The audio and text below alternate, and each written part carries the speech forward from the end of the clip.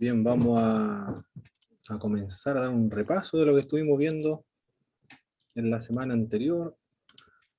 En la clase anterior estuvimos viendo el- los consejos generales para el evangelismo personal. Entre estos consejos, indicaba nuestro libro de texto usar un lenguaje común que el perdido pudiera entender, no términos religiosos, términos clericales, sino un término que sea entendible para las personas que quieran escuchar el mensaje. Evitar también la argumentación, escuchar sin interrumpir cuando el otro habla. El énfasis de estos consejos es siempre el escuchar primero, de acuerdo al relato de Hechos capítulo 8, de Felipe escuchando al etíope y después comienza a predicar. No tratar de avergonzar a las personas, también con todo lo que sabe el creyente, en comparación con el incrédulo, que es ignorante totalmente de los asuntos espirituales. En respetar el tiempo, también los compromisos de otros, reconocer lo que significa no, al menos por el momento, porque después puede ser que tome la decisión de volverse al Señor. Respetar el derecho del oyente a terminar la conversación, tratar de mantener la buena disposición para futuras conversaciones, evitar hablar despectivamente de otros grupos o individuos religiosos, conversar con la gente, no dar discursos a las personas, mantener el control también cuando otras personas le ataquen a uno o lo cuestionen en las ideas de la fe. El principal barrera para testificar de Jesucristo, de acuerdo a lo que al estudio, una encuesta que realizó el autor en su país, que es los Estados Unidos, pero se puede extrapolar esa misma conclusión de esa encuesta en todas partes, de el temor de los creyentes a testificar. Y esa era la principal barrera, el temor. El nivel más alto de la motivación para evangelizar el amor, la motivación para testificar en la iglesia primitiva era la gratitud, responsabilidad, la preocupación por los perdidos. Hay varias barreras externas para seguir a Cristo, son algunas intelectuales, información, emocional, pragmática, teológica, o motivaciones ocultas también son las otras barreras externas.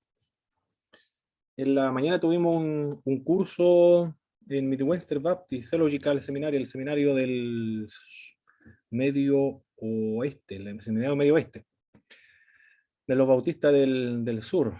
Y el profesor Daniel Sánchez, el escritor de este libro, este libro lo mandaron a leer en la Midwestern Baptist Theological Seminary. Daniel Sánchez, el profesor que está trabajando con nosotros ahora, y él dijo que hay varias formas de evangelizar. Contaba su testimonio cuando se convirtió al evangelio, él quería predicarle a todas las personas de Jesucristo, tal cual como lo hicieron con él. Pero una y otra vez recibía rechazo de parte de las personas que a él le testificaba a ellos. Y de tantos rechazos, él concluyó que no tenía las habilidades, no fue llamado para evangelizar. Eso fue la conclusión que él llegó. Y después se enteró de que no hay una sola forma de evangelizar, sino que hay muchas formas y hay muchos estilos de evangelizar. Como Dorca, por ejemplo, evangelizaba por medio del servicio social, construyendo o confeccionando prendas de vestir. Hay muchos estilos y modelos para poder evangelizar. Y el, el modelo de él, como le ha resultado, contó iba de viaje de un estado a otro de los Estados Unidos y se sentó al lado de una señora y le preguntó cómo estaba. Muy mal, dijo la señora, porque acababa de morir, o sea, tuvo un accidente la mamá. Y él dijo que comprendía muy bien cuál era la situación en la cual se encontraba, porque el profesor Daniel Sánchez, se falleció una hija de 2 años por leucemia. Por lo tanto, sabía muy bien esa angustia que sentía ella. Pero le dijo que durante ese proceso de la enfermedad de leucemia, 2 años que duró y después finalmente falleció la hija, Jesucristo le había traído la paz. La paz que Cristo le entregó le ayudó para sobreponerse a esas difíciles circunstancias. Y después cuando se fue, la hija se le dio al Señor, él estaba muy tranquilo porque sabía que en algún momento lo iba a volver a ver, porque se fue anticipada al cielo y después lo iba a ver con la esperanza en Jesús. Y después cuando estaban aterrizando, la señora le dijo que quería tener la misma paz que él tenía, o que él le caracterizó en ese momento trágico. Y lo invitó a hacer la oración de fe. La señora quería sentir esa misma paz. Después de orar, dijo que no sabía qué iba a ocurrir, si falleció, estaba viva la mamá, pero tenía esa paz o esa tranquilidad que el Señor le, le trae a aquellas personas. Y él dice que lo primero que hace cuando testifica o evangeliza a la persona es escuchar a la otra persona y luego contar su testimonio con Jesucristo y después hablar acerca de Jesucristo. Esos son los tres pasos que da, por lo menos, Daniel Sánchez cuando evangeliza. Escuchar a la otra persona, dar su testimonio, porque dar tu testimonio es un estilo del apóstol Pablo, en varias ocasiones da su testimonio públicamente y después presenta a Jesucristo. Buen estilo lo encontré para evangelizar del profesor. Bien, ahora nosotros tenemos que trabajar en la sección de en la parte correspondiente al discipulado. Pero antes vamos a ver a quiénes corresponde la disertación. Hoy ya estamos a 10 de enero. Bueno, Michel Gallardo entonces le corresponde la disertación y vamos a comenzar inmediatamente entonces. Hermano Michel, si tiene una presentación está automático, hermano, para presentar. Perfecto. Lo voy a colocar.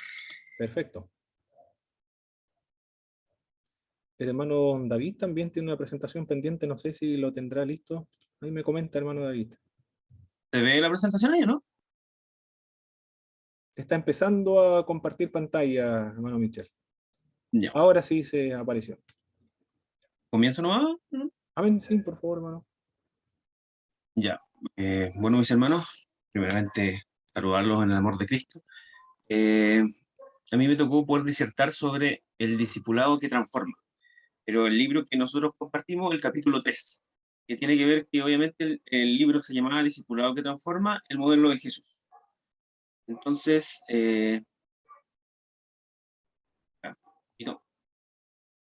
podemos darnos cuenta que este libro comienza, o este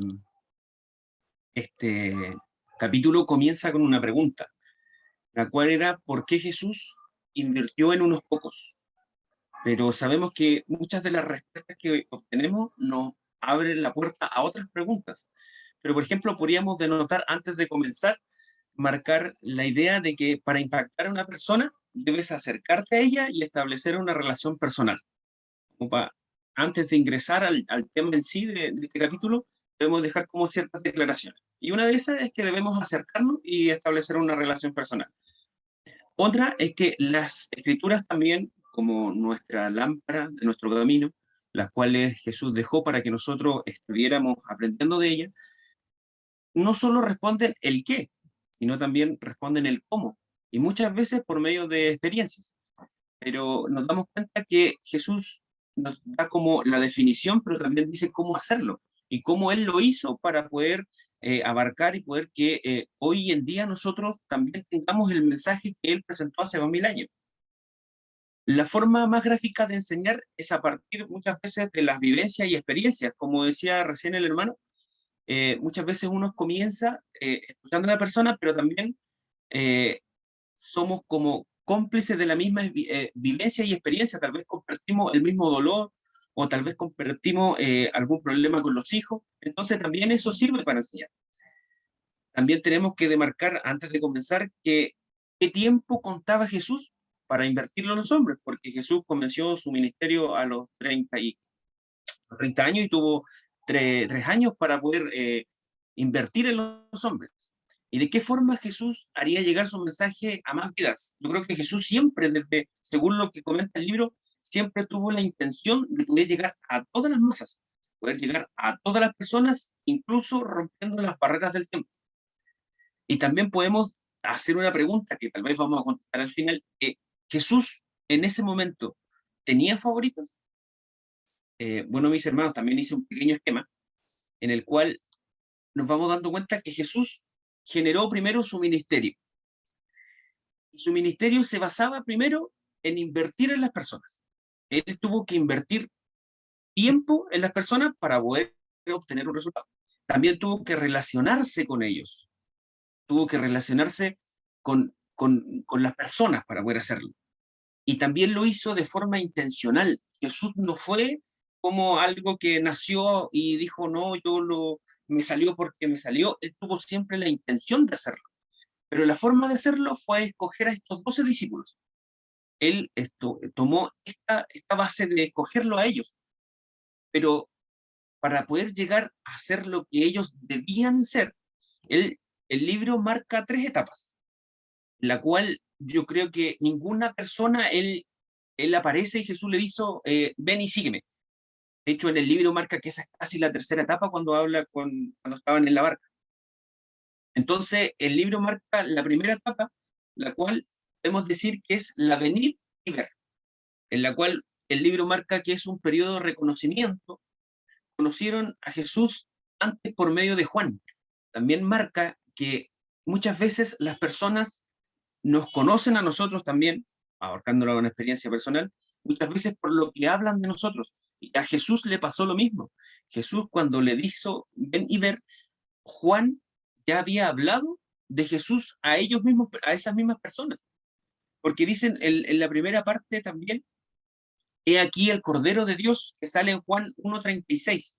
O sea, Juan ya había hablado de que Jesús era el Cordero. Entonces los discípulos ya tenían una predisposición a la vista de Jesús. Y aparte, en esta primera etapa siempre va una búsqueda y una investigación. Ellos llegaron a esta etapa, podríamos decir, como viendo cómo se comportaba Jesús, cómo eran sus actitudes, quién era, qué decía el resto de la gente de él, qué decía Juan, que era una opinión importante. Para luego saltar a una segunda etapa, la cual es cuando ya Jesús le dice, sígueme, le hace ahí es donde se toma una decisión. Jesús le hace una pregunta a ellos y le dicen, sígame, y ellos pueden tomar la decisión de seguirlo o no seguirlo. Aquí también ya existe una relación mucho más personal. Ya no, obviamente, se tocan temas los cuales no se tocaron con el resto de la masa, sino hay una relación más como de las situaciones que pasaron y vivencias que pasaron comúnmente ellos mismos como personas. Y también Jesús también tiene un poderío formativo dentro de ellos también. Ya él inquiere en el sentido de tal vez llamarle la atención, tal vez de aconsejarlo, de dictarle el camino, lo cual lo hacía diferente a ellos discípulos. Y de ahí viene la tercera etapa, en la cual el Jesús le dice, venid y estad conmigo, que es cuando ya el círculo es mucho más cercano. Y aquí es donde en realidad se forma y se formó a los líderes, porque ya ellos ya estaban acostumbrados a un sistema con Jesús, en la cual, como decía, el círculo era mucho más cercano, el círculo ya era mucho más cerrado. Había vivencias personales las cuales Jesús se las mostraba o parábolas muchas veces que él se las decía a ellos solamente, o le daba la explicación a ellos. Y la idea de poder hacer eso, de poder tal vez formarlos como líderes, era para que pasaran de ser los discípulos, era que todos de los discípulos que habían, que se dice que alrededor de 70, pasaran a ser apóstoles, que solamente son 12 apóstoles. Y un apóstol puede ser discípulo, pero un discípulo no puede ser apóstol. Entonces, porque Jesús escogió finalmente los apóstoles. Entonces nos damos cuenta que Jesús, para poder hacer eso, también trató de hacer una estrategia, pero se presentó también con ciertos problemas o cuestionamientos que dice el libro. Que una de esas era que tal vez estos 12 podían sentirse especiales, podían tal vez caer en la arrogancia de decir muchas veces como yo fui elegido por una característica particular que yo tengo. Como el libro también ejemplifica, lo hace por medio de cuando uno jugaba la pelota, y los dos más buenos para la pelota elegían a alguien, iban eligiendo a quién iba a jugar, y generalmente se escogían a los más buenos, y el que quedaba al final se sabía que era tal vez el que no jugaba también. Entonces, tal vez eso le podía también pasar a los apóstoles, Y en el caso contrario, el resto de personas podría pensar que estaba dejada de lado, podía propiciar los celos delante del resto, porque podían decir, ¿por qué ellos son los favoritos? ¿Por qué ellos, qué tengo yo? O sea, ¿qué tiene él que no pueda tener yo? Entonces, esos fueron como los problemas que podríamos ver en la estrategia tal vez de Jesús. Pero como les digo, él escogió a 12 discípulos y los transformó en apóstoles. Pero para hacerlo, lo hizo de dos formas, o podríamos como para llegar a ser lo que él quería, lo hizo por medio de la interiorización y la multiplicación. La interiorización, su fin real era convertir a hombres imperfectos en discípulos maduros, muchas veces con imperfecciones como Pedro, que tal vez las imperfecciones antes, después que siguió Jesús, perduraron, pero su carácter, su forma, fue tal vez moldeada para poder así que ellos tuvieran la valentía también de poder hacerlo. Sabemos que el Espíritu Santo le dio la valentía, pero también tiene que ver con un carácter también que tenga la persona y de la formación que ellos tuvieron a partir de Jesús. Y esa formación solamente se pudo lograr a partir de una interiorización, porque si ellos no sabían cómo Jesús pensaba, cómo él hacía, no iban a tener ejemplos de comparación. Se dice científicamente que las personas no crean nada de la nada, tienen que tener algo visto o enseñado para poder generar algo. Por eso generalmente los científicos dicen que, y está comprobado, que la mayoría de los inventos vienen muchas veces de la palabra de Dios, porque tienen que verlo. El ser humano no puede inventar nada de la nada. Solamente Dios Padre puede hacer eso. Entonces nuestro cerebro ya, a partir de eso, ellos tenían que tener un ejemplo. También, para poder hacer una interiorización, era que para que la extensión del mensaje que tenía que vino a dejar Jesucristo a la tierra, era el cual era el perdón de los pecados por medio de su sangre, él sabía que la única forma de poder plasmar eso que él tenía era poder hacerlo con unos pocos, para que esos pocos, que eran los 12, pudieran abarcar mucho más geográficamente, porque eran 12, podían llegar a más lugares y ellos más poder generar también discípulos. Y además que él, Jesucristo, solamente contaba con un tiempo limitado de 3 años, en la cual trató de formar lo mayor posible para que ellos realmente fueran personas las cuales pudieran llegar en forma real con el mensaje. Además, en esta interiorización podemos darnos cuenta que eso permitió que ellos pudieran conocer la identidad de Jesucristo y además de conocer la misión de Jesucristo y también la misión propia de ellos. ¿Cuál iba a ser su misión? Uno de los grandes errores que muchas veces se comete es pensar que las personas ya saben lo que tienen que hacer y no se les enseña ni se les explica cuál es su misión dentro de la iglesia y fuera de ella. O en todo esquema jerárquico que hay, muchas veces se comete un error de comunicación, en la cual las personas asumen ciertas órdenes o ciertas atribuciones las cuales tienen o no tienen. Luego de eso, Jesús también ocupó la multiplicación. ¿Por qué? Porque Jesús nunca, él sabía que mucha gente le seguía, él sabía que muchas veces él tenía que subirse a una barca para que las masas no lo aplastaran, por lo mismo. Pero también él era reacio y tenía escepticismo por las masas. ¿Por qué? Porque tenía escepticismo por las masas y desconfiaba de ellos, porque muchos de ellos solamente iban a Jesús solamente por beneficios tal vez de sanidad, por milagros. De hecho, el libro se caracteriza muchas veces por los ejemplos y muestra cuando los insectos se acercan a la luz, porque los encandila, pero encandiló su luz, su paz muchas veces, y ellos llegaron por eso, pero no por creer o por querer convertirse realmente al Evangelio. Entonces Jesús siempre desconfiaba de ellos. Es más, lo que más recalca y hace contraponer esto es que cuando entró triunfalmente a Jerusalén el Domingo de Ramos, cuando obviamente lo alabaron y lloraban y todo eso, pero pasado el tiempo, después eran los mismos que pedían que lo crucificaran. Entonces Jesús no contaba con ellos finalmente, pero sí contaba con que los 12 discípulos irían multiplicando y esto se iría agrandando cada vez más, y nos damos cuenta que finalmente la estrategia funcionó, porque hoy por hoy, alejado miles de kilómetros, el mensaje también llegó a nosotros. Enseñarían y formarían discípulos también ellos mismos con lo que vieron, aprendieron en el día a día, en las costumbres que tenía Jesús Cristo, ellos también aprendieron. Entonces también ellos ahora también podían formar y enseñar a sus discípulos, a las personas que estarían con ellos. Entonces, finalmente esto se transformó en una cadena en la cual todos van enseñando de buena forma a la persona que tenemos que va a seguir tras nosotros para poder dejar un legado, para dejar tal vez un sello muchas veces. Hay personas que tienen tantos sellos en sus predicaciones que dicen lo mismo, pero tienen una característica especial. Y generalmente las personas que lo acompañan tienen esa misma característica. Entonces ahí nos damos cuenta que la estrategia que tuvo Jesucristo de interiorizar y multiplicación le funcionó y ha sido comprobado a partir de la historia de la humanidad. Nos damos cuenta, ya como ir cerrando, tenemos las debilidades y las fortalezas del libro.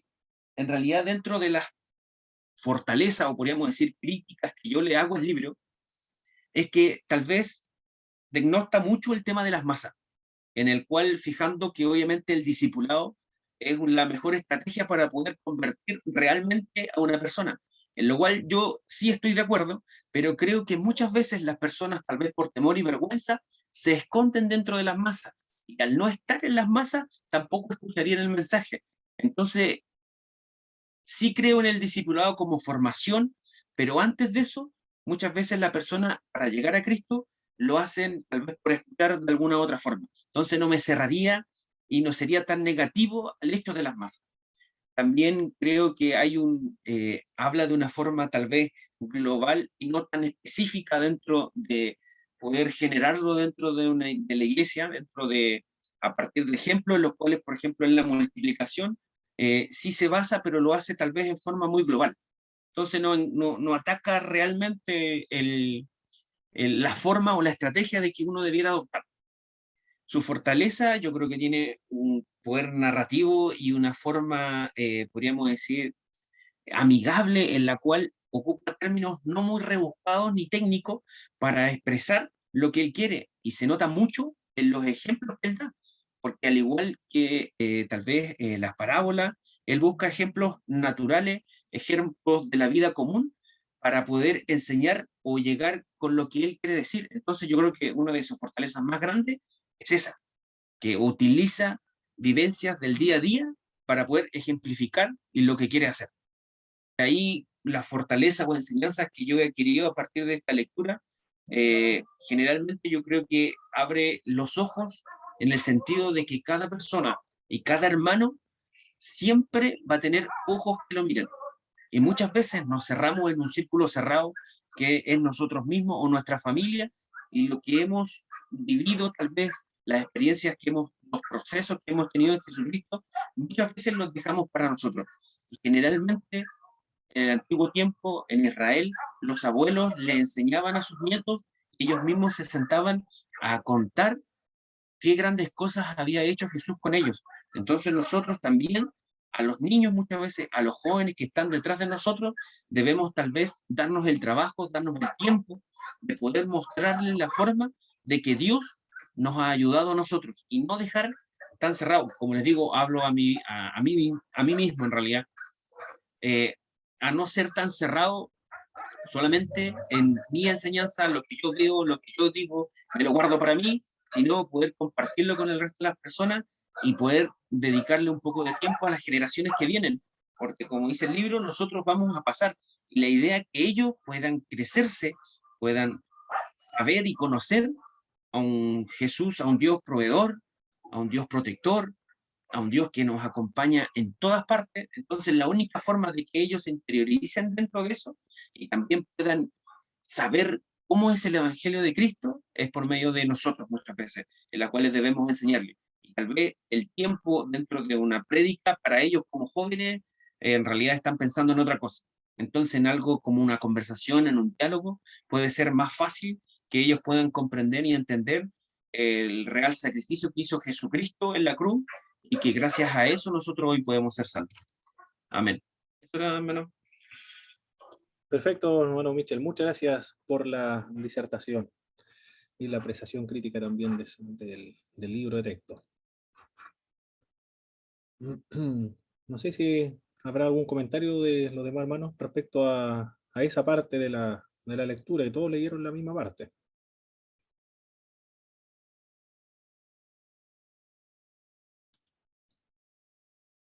¿Ningún comentario de los hermanos?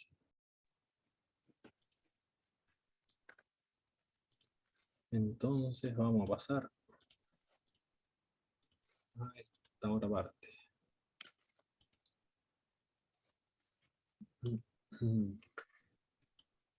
Ahí está. A ver, el hermano David, no sé si estará por acá. Hermano David tiene una disertación pendiente, igual no sé si estará disponible hoy día para darla.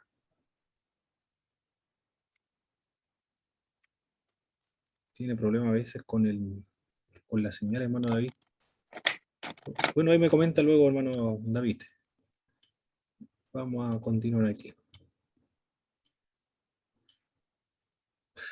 Bien, el discipulado en la iglesia primitiva, según lo que nos comentan algunos autores, se demoraban 3 años en este trabajo del discipulado, para presentarlo al candidato al bautismo. Justo González dice en uno de los libros de Semana Santa 2 años. Yo leí en otro libro, sin embargo, hay uno hace tiempo, el Manual de Patología, por ejemplo, Bernardo Sánchez García. Lo leí hace bastante tiempo, donde comenta las prácticas y comenta todos los padres de la iglesia hasta la época medieval. Patrología se conoce este libro. Este autor menciona que se demoraban 3 años en discipular a una persona. En todo ese proceso de discipulado se le impartían las enseñanzas doctrinales, los credos, las disciplinas espirituales, y tenía que ver también con la transformación del carácter. Y luego, cuando estaban seguros, había un discipulador, y este discipulador se le llamaba el catecúmeno. Y ese proceso del discipulado se le denominaba en griego, enseñanza, el catecumenado. Y luego de esos 3 años, la persona lo presentaba como candidato al bautismo. Se demoraban, un cristiano se demoraba en transformar a un ser humano, en transformarlo en cristiano, a un pagano que no haya tenido ninguna enseñanza con respecto a la Sagrada Escritura, al conocimiento del pueblo de Israel. 3 años. Y no era como la escuela dominical, de ir un día domingo a la iglesia, impartirle una enseñanza de media hora y luego retirarse a la casa y despreocuparse de él, sino que era una interacción constante, permanente en el tiempo. El catecúmeno debía asegurarse de la transformación del carácter de esa persona. La transformación del carácter tiene que ver con la transformación y la reproducción de la imagen de Cristo en el creyente. Es decir, la persona realmente se aseguraban de que estaban convertidos a Jesucristo. 3 años se demoraban en esa época. Eso es lo que nos dice la historia de la iglesia cristiana. Nosotros los protestantes, los evangélicos, tenemos una continuidad histórica con la iglesia primitiva, con la iglesia del siglo I. No nacimos hace 500 años, en el siglo XVI, y los pentecostales hace 100 años, sino que tanto los pentecostales, los evangélicos, el movimiento wesleyano, que el movimiento evangélico, los protestantes del siglo XVI, tenemos una continuidad histórica con la iglesia primitiva, con los padres de la iglesia y la iglesia primitiva, la iglesia apostólica. Por lo tanto, toda la historia de la iglesia nos enseña a nosotros. Lo que intentó hacer Martín Lutero, Juan Calvino, Zwinglio y en el siglo XVII Jacobo Arminio, era simplemente volver a las fuentes originales para conocer las raíces históricas, para no apartarse de la continuidad histórica que la iglesia había tenido en esos 1500 años cuando surge la Reforma Protestante. Por eso que ellos dialogaban, por ejemplo, Jacobo Arminio dialogaba con Agustín de Hipona, con Juan Crisóstomo, con Ambrosio de Milán, con Tomás de Aquino. Estos autores, Juan Crisóstomo de la Iglesia del Oriente, la Ortodoxa de Constantinopla, Agustín de Hipona de la Iglesia de Hipona, de la Iglesia Católica Apostólica Romana del África, Ambrosio de Milán, dialogan con todas estas personas, quieren una continuidad, no quieren una ruptura histórica, o apartarse de la continuidad histórica de la Iglesia para innovar en cuanto a doctrina, sino volver a las fuentes originales. Por eso es muy importante conocer la historia de la Iglesia cristiana. 3 años se demoraban ellos en discipular a alguien. En una oportunidad, un hermano de la iglesia, acá en Osorno, me dijo, aquí no se hace discipulado, me dijo.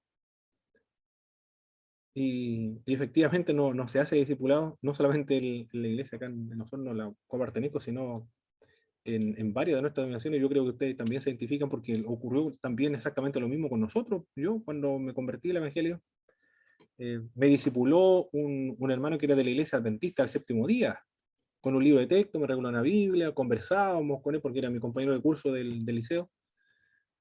Y él me discipuló porque me regaló ese texto, pero de la iglesia no hubo un discipulado.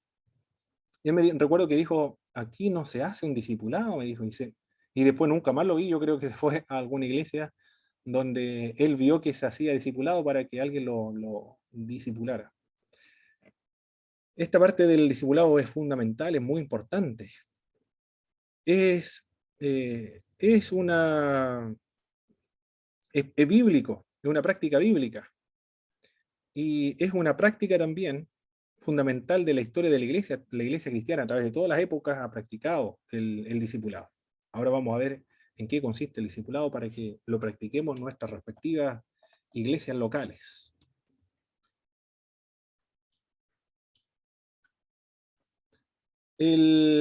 Primero, antes de hablar acerca del discipulado, vamos a definir algunos términos, como por ejemplo discípulo cristiano. Estos apuntes son tomados de un escritor, Vicente Vieira, del año 2009. Él define el discípulo cristiano como una persona que ha hecho un compromiso verdadero con Jesucristo y su señorío, a fin de ir diariamente encarnando en su vida tanto el carácter como la misión de Cristo. La definición es muy clara, ¿eh? Lo está diciendo, encarnar diariamente el carácter de Cristo en nosotros y la misión de Cristo en nosotros. Es decir, tal cual como Cristo es, nosotros debemos tratar de ser en cuanto a su carácter. Pero no solamente en su carácter, sino también en su misión. La obra que llevó a cabo Jesucristo, también nosotros debemos llevarlo a cabo.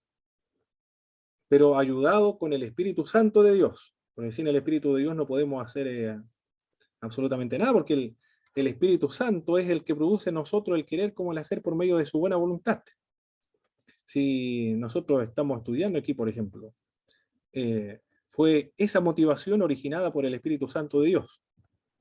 Si nosotros queremos reproducir la imagen de Cristo, nosotros andar en el Espíritu, desarrollar los frutos del Espíritu, es porque el Espíritu de Dios produce en nosotros aquel deseo. Por eso dice el apóstol Pablo, el Espíritu de Dios es el que produce en nosotros el querer como el hacer por medio de su buena voluntad. Primero el querer y después nos ayuda a poder obrar conforme a su voluntad. Pero no solamente con la ayuda del Espíritu Santo de Dios se puede producir la encarnación del carácter de Cristo y la misión de Cristo en nosotros, sino también por medio de un maestro discipulador. O también a esto se le denomina el mentor, por medio de un maestro discipulador o mentor. O en otras partes, en otras tradiciones cristianas, como en la Iglesia del Oriente o en el catolicismo romano, se le denomina al director espiritual. O tiene otro nombre el director, maestro espiritual, guía espiritual, creo que asistente espiritual, algo así. O director espiritual se le conoce también. Esa es la definición que da este autor Vicente Vieira, un cristiano evangélico, Vicente Vieira, por aquí tengo el libro para a ver si alguien lo quiere. ¿Dónde está ese librito? Aquí está. Está en la bibliografía de su plan de curso. El autor, Vicente Vieira. Es el título de este libro. Parece que es ecuatoriano este autor. Me parece mucho que es ecuatoriano.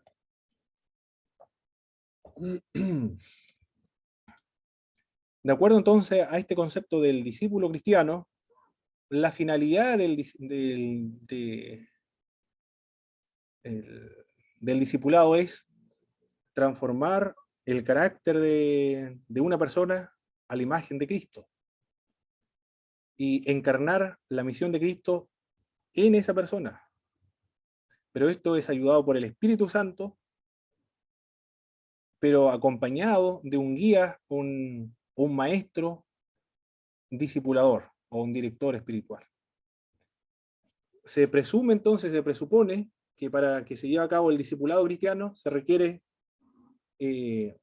alguien invisible, espiritual, el Espíritu de Dios, pero también alguien material, a otra persona visible, que es un mentor o un discipulador.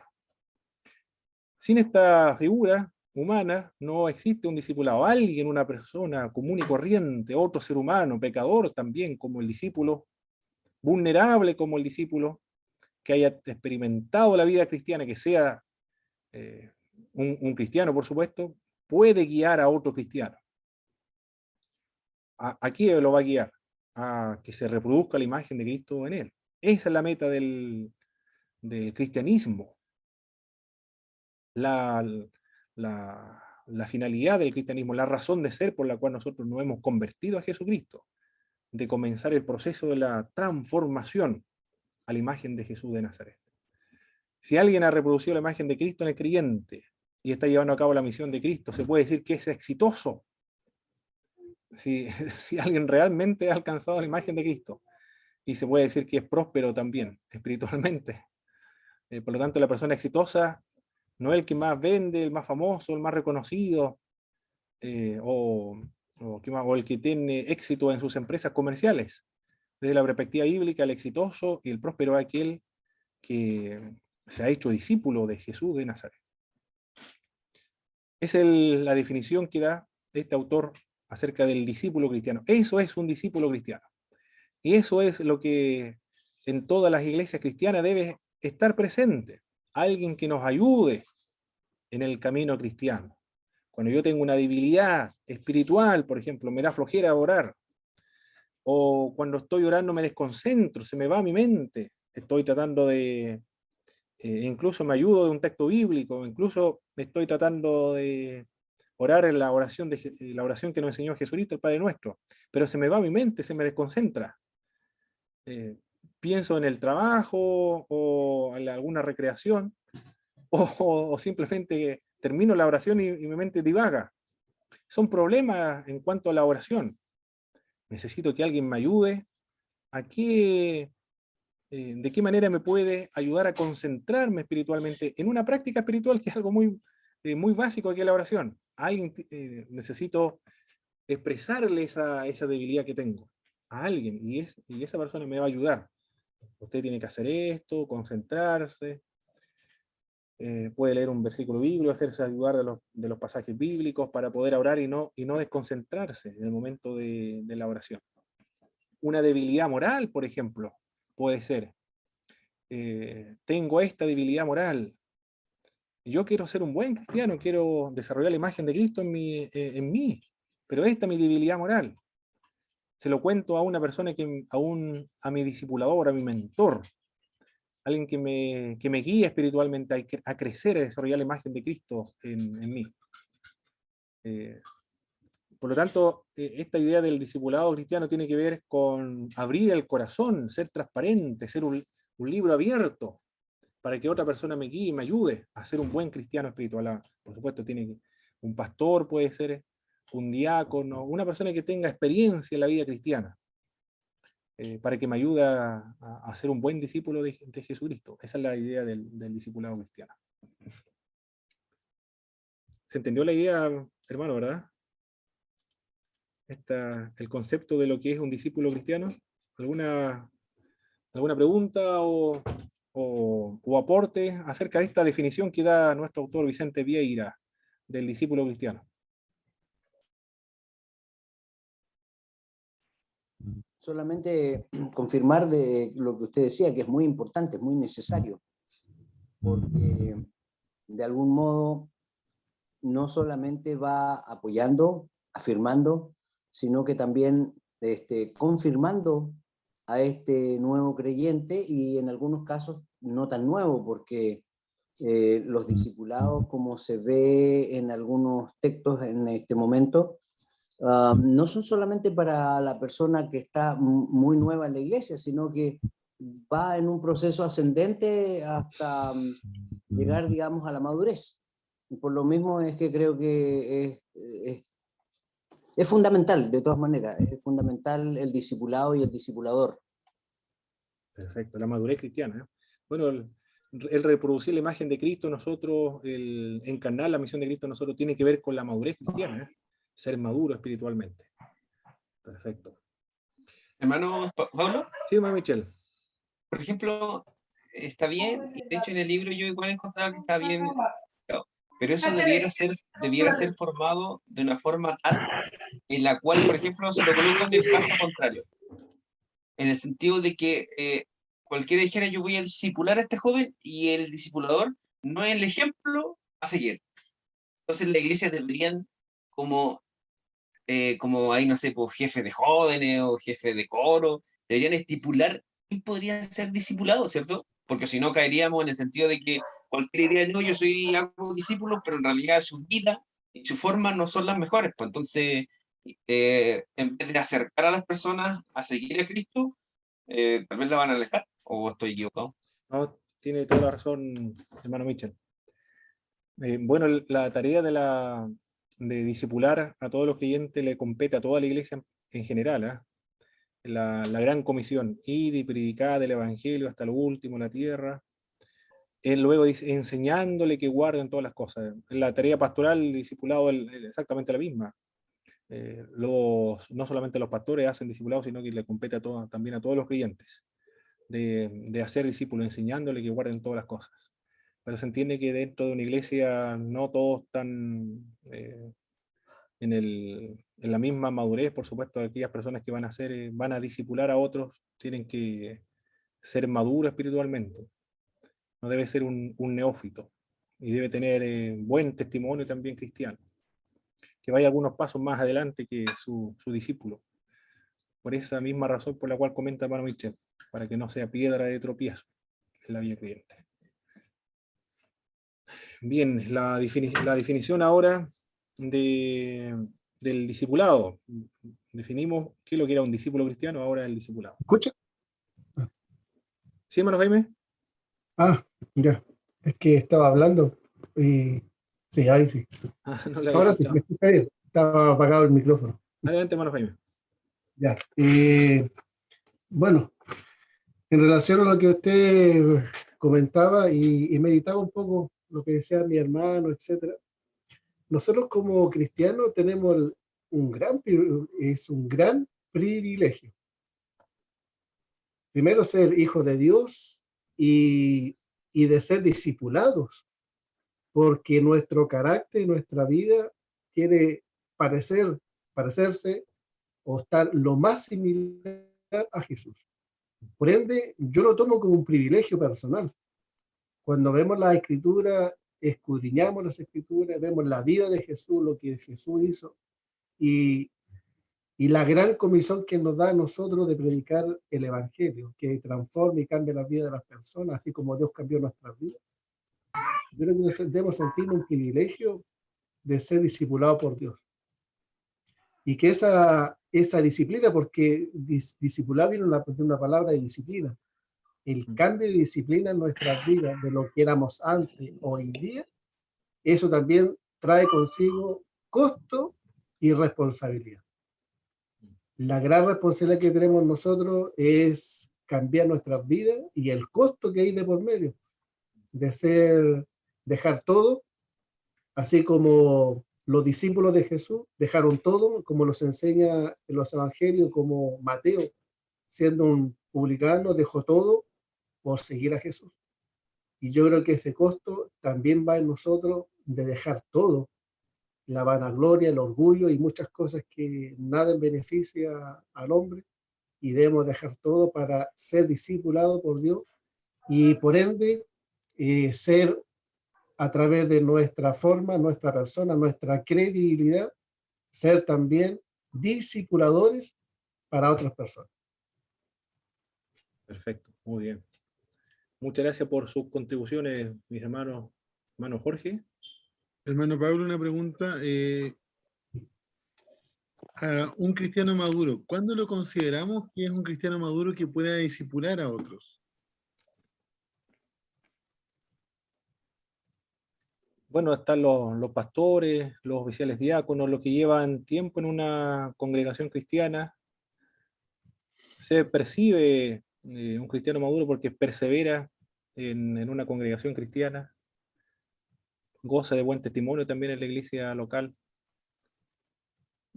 Podría considerar a una persona así como alguien maduro, que tiene dominio propio también, tiene control de su temperamento.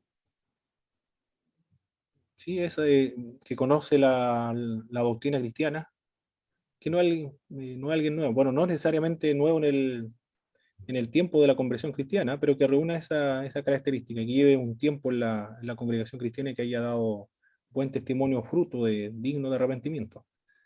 No sé si alguien más me puede ayudar con esa respuesta, hermano. ¿Cómo considerarían ustedes a un hermano, una hermana que sea maduro espiritualmente?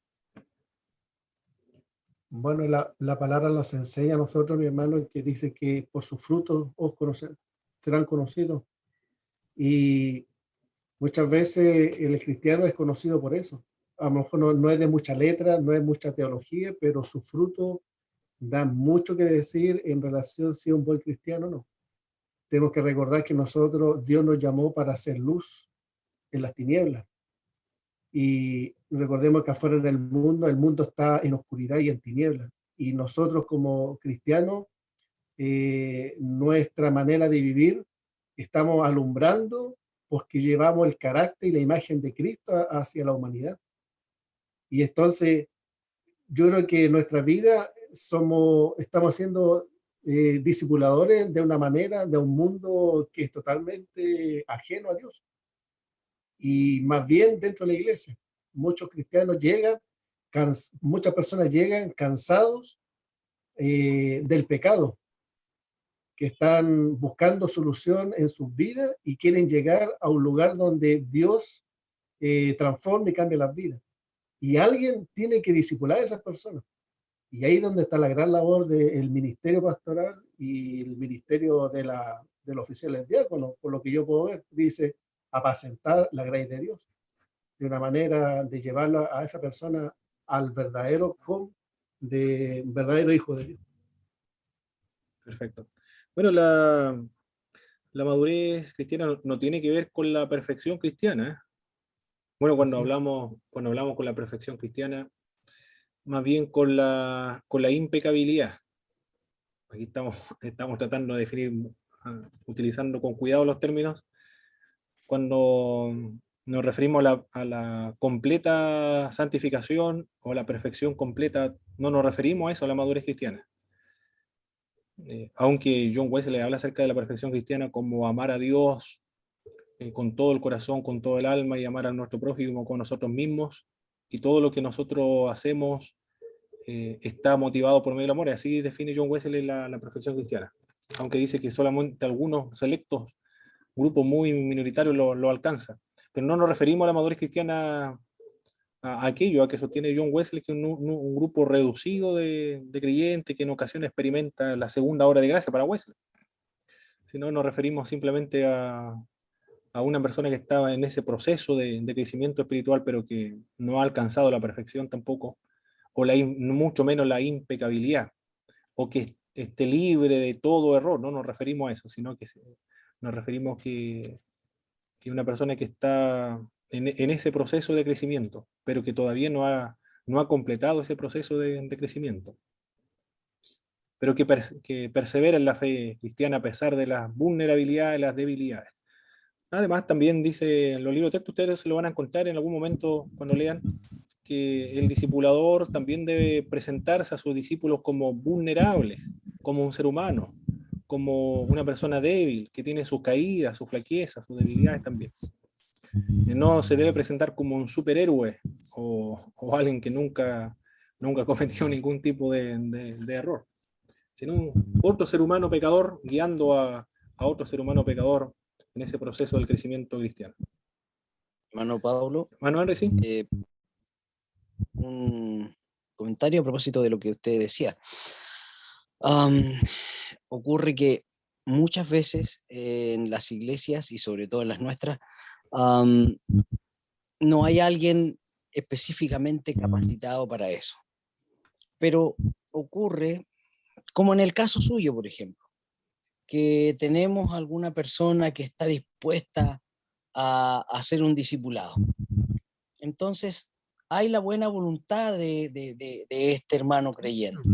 En este caso fue un hermano de otra iglesia, pero también se da el caso de que hay hermanos que no son tan, no llevan tantos años, pero están en ese deseo de poder ganar almas y consolidar almas para el reino de los cielos, y de lo poco que tienen, dan. Es como lo que dice la Escritura, dad gracia a lo que por gracia habéis recibido.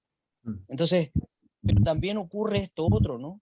De que el discípulo, ya, si no tiene a alguien que le enseñe dentro de la iglesia, va, y este discípulo tiene hambre, tiene realmente deseos de aprender, entonces es muy probable, como en el caso que usted nos contó, de que se vaya a otra iglesia.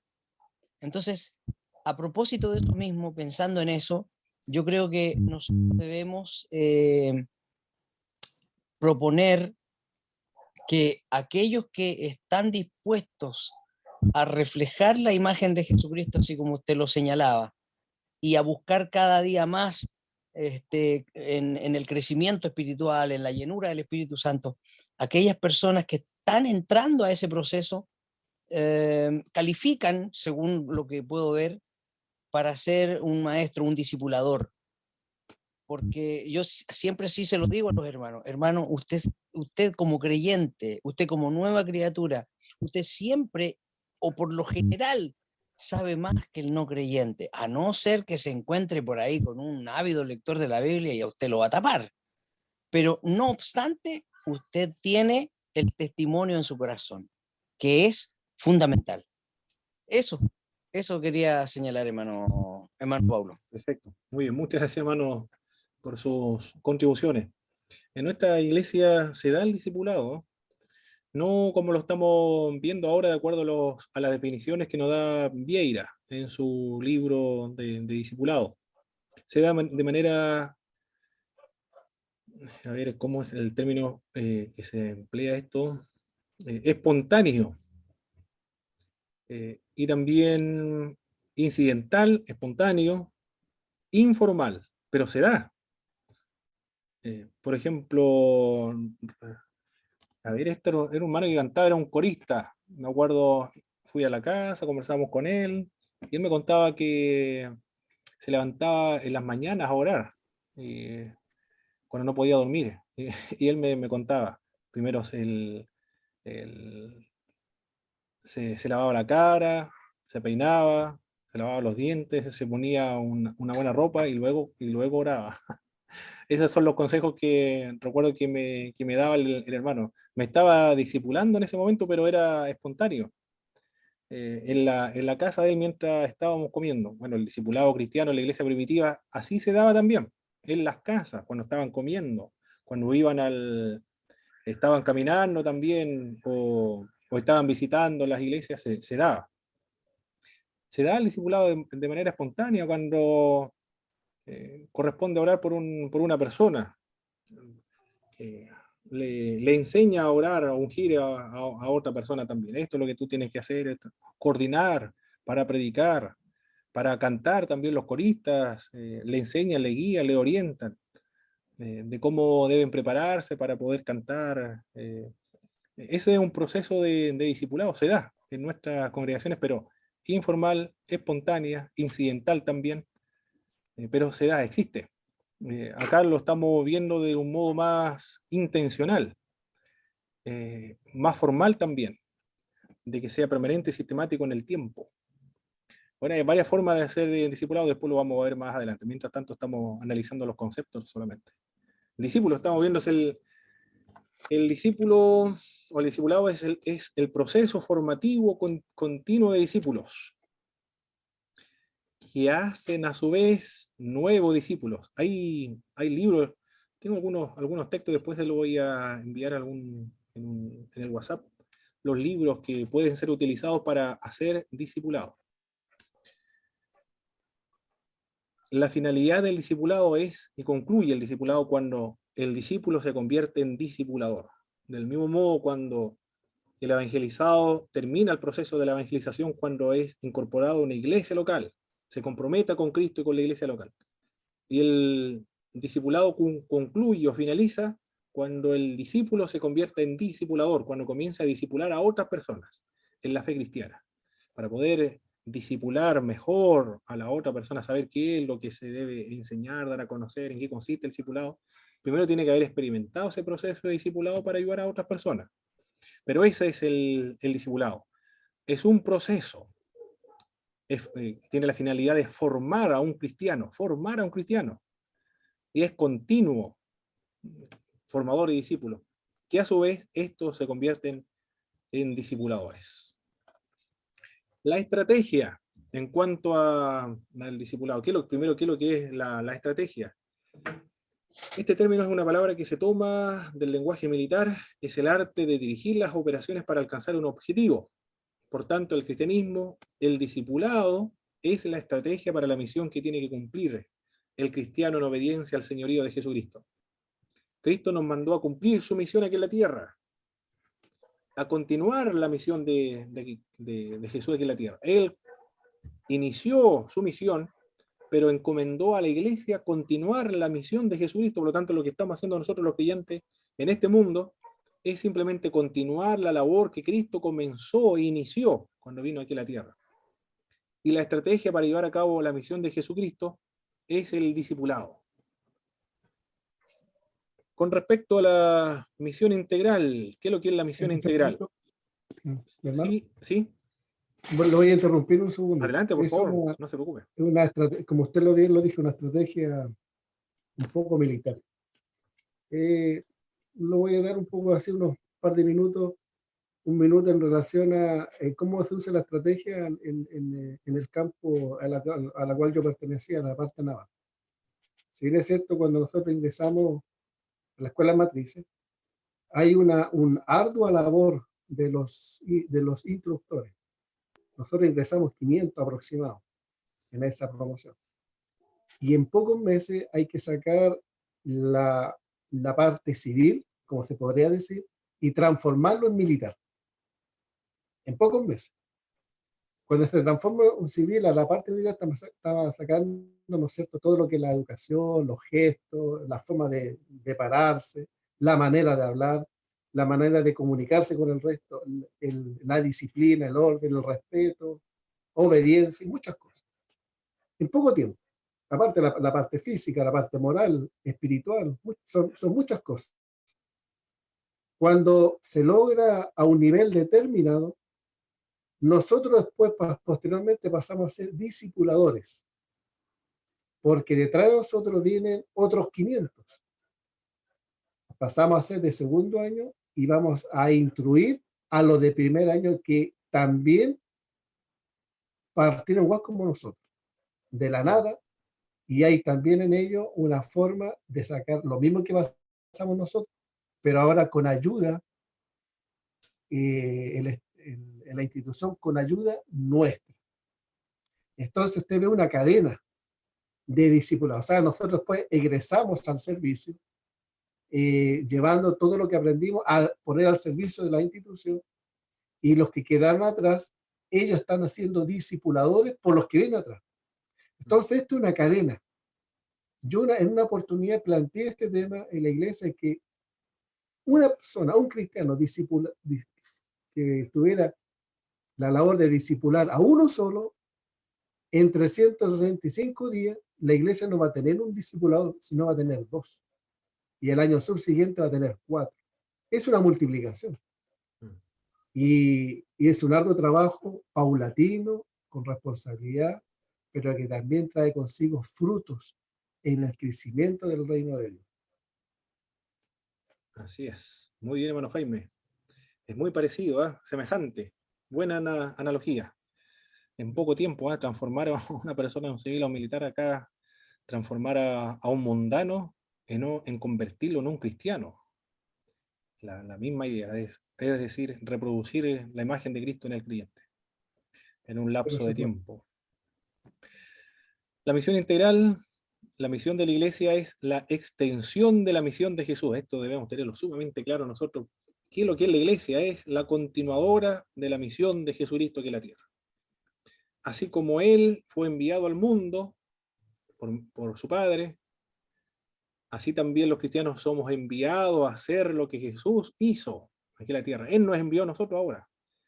Dios Padre envió a su Hijo Jesucristo, y Jesucristo ascendido envía a sus discípulos, a los cristianos, para cumplir la labor. Así como Cristo se encarnó, así también nosotros nos encarnamos en la sociedad, en el mundo donde nosotros vamos, para presentar el mensaje del Evangelio de Cristo. ¿Qué hizo Jesús?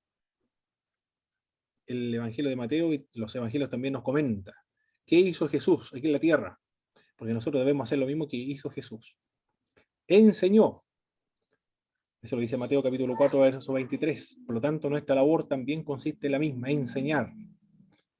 Por eso los estudios bíblicos, las escuelas dominicales, si se hace el discipulado en la iglesia, sería magnífico esto, trabajar en grupos pequeños, con las personas nuevas que lleguen a las iglesias, encomendarle a algunas personas que se encarguen por un periodo de 1 año, 2 años, a trabajar en las casas de esas personas, enseñándoles. Sería extraordinario. El flujo de personas o la deserción de personas nuevas que se llega a una congregación cristiana disminuiría considerablemente. Aquí en Chile, el grupo de descarriados realmente es escandaloso. Donde uno vaya se encuentra con un descarriado. En Uruguay, no la alianza, sino en las asambleas de Dios, se practica el discipulado cristiano. Toman a un joven 2 años, se demoran en enseñarle. Es un catecumenado, un discipulado, un mentor espiritual. Se lo toman en serio estas personas. El discipulador es su pastor. Así, la misma obediencia en nuestra congregación a nuestros pastores. Allá el discipulador es su pastor. Tiene obediencia a su pastor.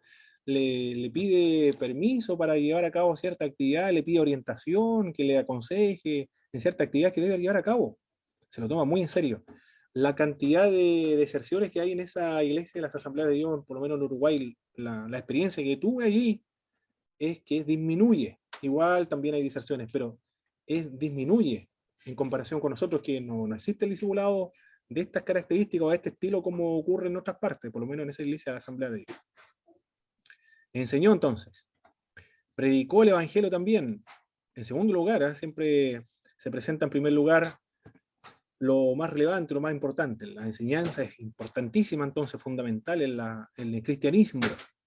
Y luego la predicación, la proclamación verbal del evangelio. Pero no necesariamente se debe predicar verbalmente, sino hay varios estilos, varias formas de evangelizar. Por medio de su testimonio también se evangeliza, dando su testimonio, o servicio social también se está dando testimonio. Y sanó toda enfermedad, como lo sintetiza Mateo. Sanar toda la enfermedad, satisfacer las necesidades físicas de los seres humanos, alimentó también a los pobres. Es decir, está el servicio social, la enseñanza, la educación y la predicación. Eso es lo que debe llevar a cabo entonces la iglesia, que es la continuadora del ministerio de Jesucristo. La proclamación, la misión integral está subdividida o los elementos que componen la misión integral. La proclamación es el anuncio del mensaje del reino de Dios. Dar a conocer en qué consiste el reino de Dios. La enseñanza ya no basta la proclamación del mensaje del Evangelio o presentar a Jesucristo a las otras personas incrédulas. El área de la enseñanza o la educación cristiana en una iglesia es la profundización de las verdades proclamadas. Lo mismo que se predica, eso mismo se profundiza. Trata de reflexionar ese mensaje que se ha predicado, reflexionar la fe, profundizar la fe, ver las implicancias en la vida en la cual nosotros nos encontramos en nuestro contexto. En ese contexto, disculpe, Sí, adelante. en alguna iglesia, el domingo en la mañana, la escuela dominical, se enseña un texto, se profundiza, y después ese mismo texto es predicado por el siervo de Dios en el culto de la tarde. Muy bien, mira, mira. Trabajan bien algunas iglesias, ¿eh? Sí, y a veces el siervo de Dios o el pastor, cuando está predicando, a veces pregunta a algún hermano que estuvo en clase para hacer un poco dinámica en la predicación, hace una o dos preguntas durante su predicación para hacer un poco dinámico y pregunta a las personas que estuvieron en clase durante la mañana. Perfecto. Ahí se está llevando a cabo este trabajo, el discipulado y la proclamación del mensaje, demostrando también la enseñanza, demostrando su significado e incidencia en la vida diaria. Es decir, lo mismo que se ha proclamado y ahora se ha profundizado aquellas enseñanzas bíblicas, de qué manera incide en mi vida diaria, en todas las áreas de mi vida. Yo soy una persona que vive en una sociedad. Bueno, ese mensaje, ¿qué implica en mi sociedad en la cual me encuentro? Una persona que trabaja. En mi trabajo, ¿cuáles son las implicancias de ese mensaje que me enseñaron y que me predicaron? En mi trabajo, en mis áreas económicas, ¿qué implicancia tiene ese mensaje en mi área económica?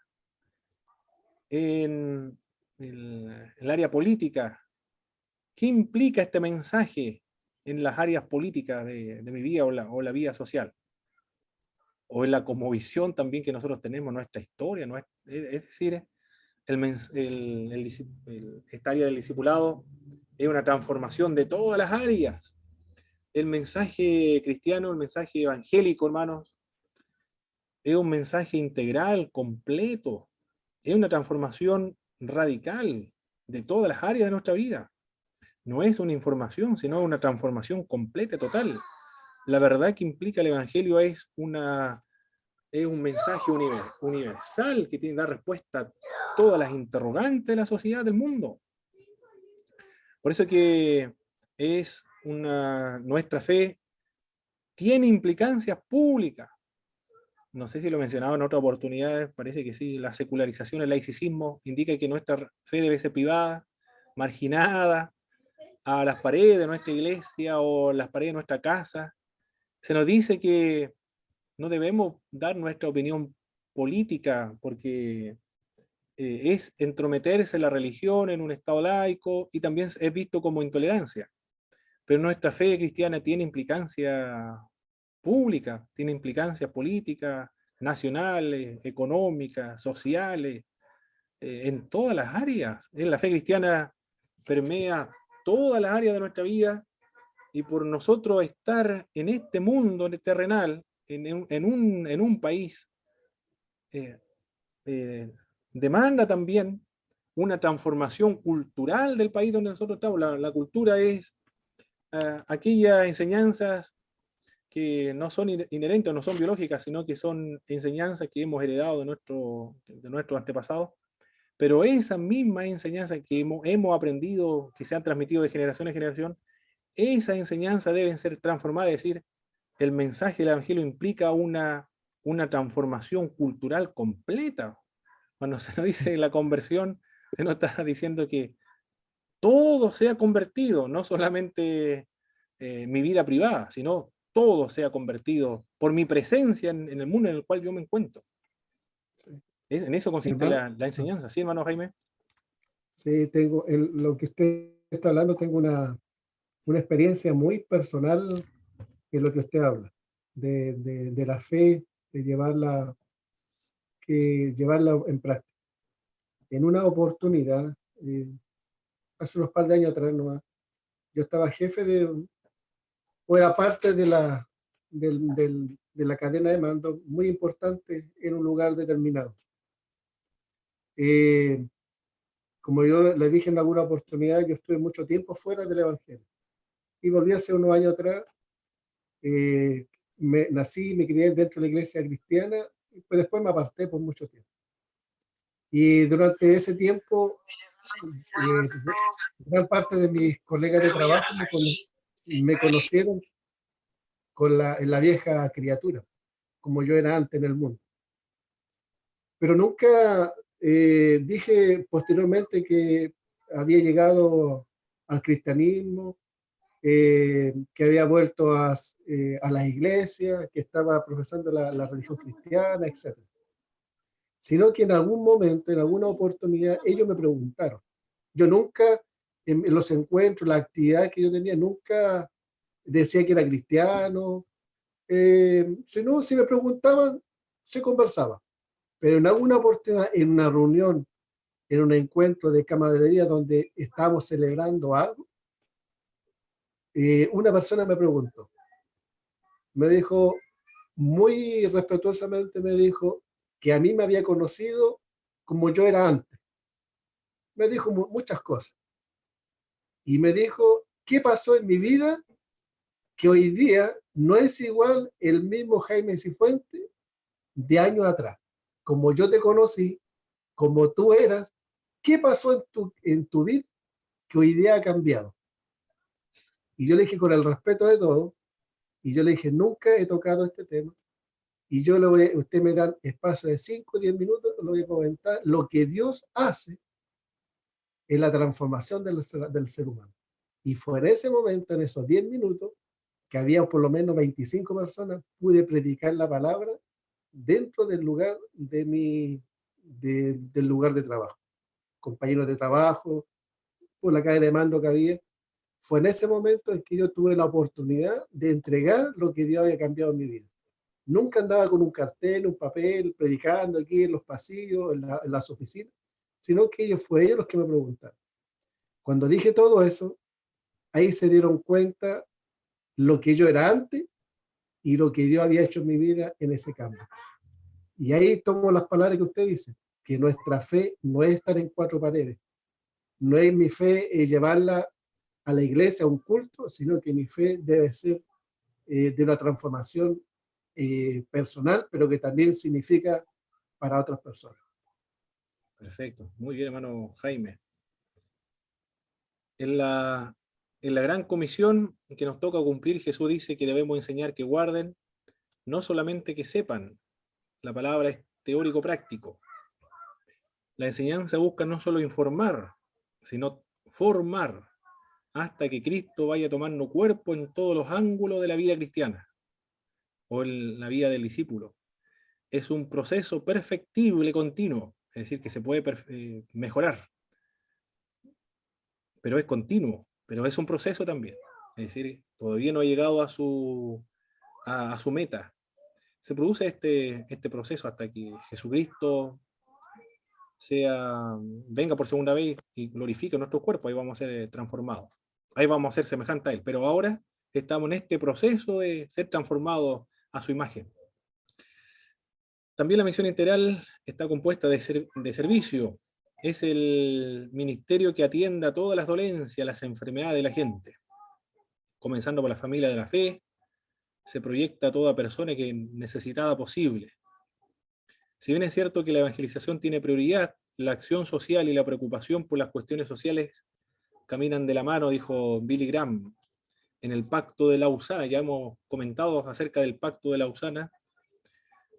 La evangelización, la acción social, son cuestiones que van de la mano, dijo él. En definitiva, la definición de misión integral es la acción evangelizadora, discipulador del cristianismo que atiende al ser total del ser humano. Atiende al cuerpo, atiende el alma, al espíritu, con el amor perdonador y justificador de Jesucristo y su liderazgo en la vida cristiana.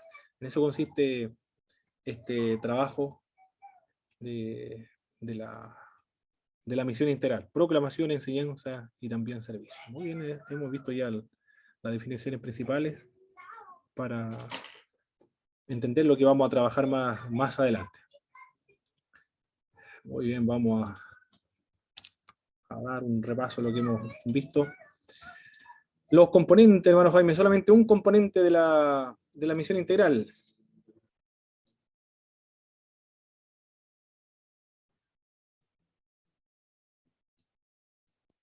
¿La estrategia?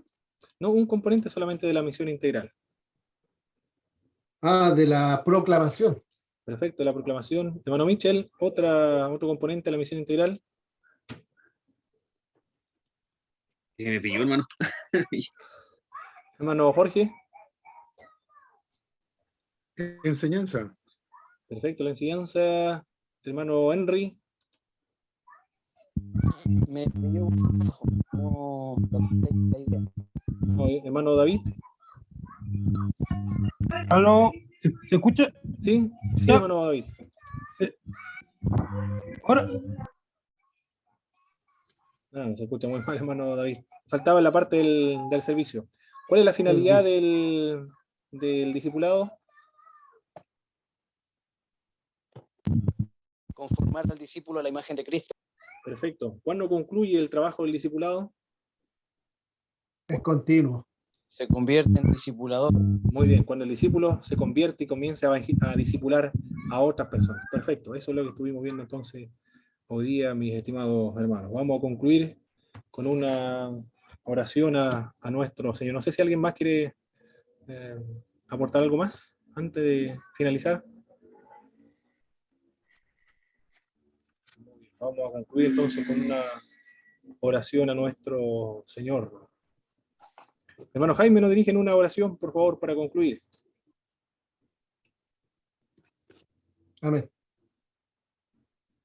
Bendito Dios y Padre de nuestro amado Señor Jesucristo, te damos honra, gloria y alabanza al que vive y reina por los siglos de los siglos. Te agradecemos, mi amado Señor, por permitirnos de tener nuestras quehaceres habituales de nuestro hogar, de nuestro trabajo, para estar unidos en esta plataforma virtual, para aprender de su palabra, para escudriñar las escrituras, mi amado Señor, y también profundizar lo que nos enseña a través de esta forma de poder, mi amado, estudiar lo que es el discipulado.